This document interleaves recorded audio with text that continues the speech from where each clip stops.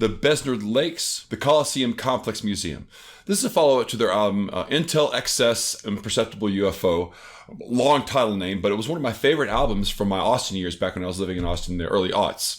And that particular album really struck me because of its beautiful, psychedelic, dream pop crossover. It is both the dream pop, has that dream pop feel, but it's also very psychedelic at its core. What I see the Coluseum Complex Museum as an extension of that idea, but also in some ways a refinement of the idea. And one of the biggest refinements I see on this album is that it's a lot more song-based than its predecessor. It has more form to it. And because it has that form, it has a really more distinct sense of shape. And there's a lot of dream pop albums that I think are very wonderful, but there's sort of a shapelessness to the genre. When you listen to the album, it all kind of has the same dreamlike flow state that goes through it. And certainly if you're looking for that kind of thing, there's a lot of great dream pop that does that. And the predecessor of this album definitely did that.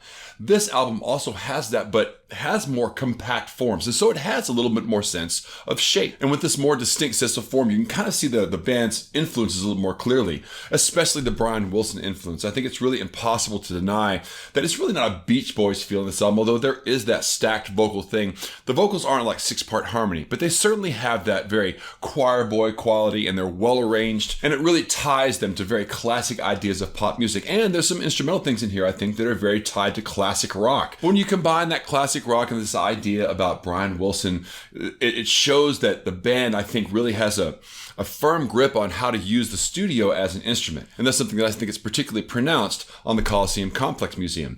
Also pronounced, I think, is the lyric content for this album. Because despite having such kind of cosmic grandeur in their music, they have a very natural, earthy feel to a lot of their lyrics. They're tied to the real world, both real world and imagined. You know, there's sort of these imaginary beasts that show up as characters throughout the album. And that really points to this interest, I think, that the Besnard Lakes have in the paranormal. Like this, almost like a cult, a paranormal obsession on this album that's not explicit, but certainly hinted at. And it provides the album with a lot of very evocative imagery. You know, you have this sense of like this golden forest that you walk through, the mists, and that's not ever explicitly said in the lyrics, but between the dreamlike quality of the music and the sort of naturalistic lyrics, I think there's a meeting point there that kind of pulls that imagery out. And I think that really positions the Besnard Lakes as both songwriters and sonic architects. Now, how is this tying into this idea of being lost? Well, in my mind, the Besnard Lakes is trying to get some form out of this formlessness that you see in a lot of dream pop music. So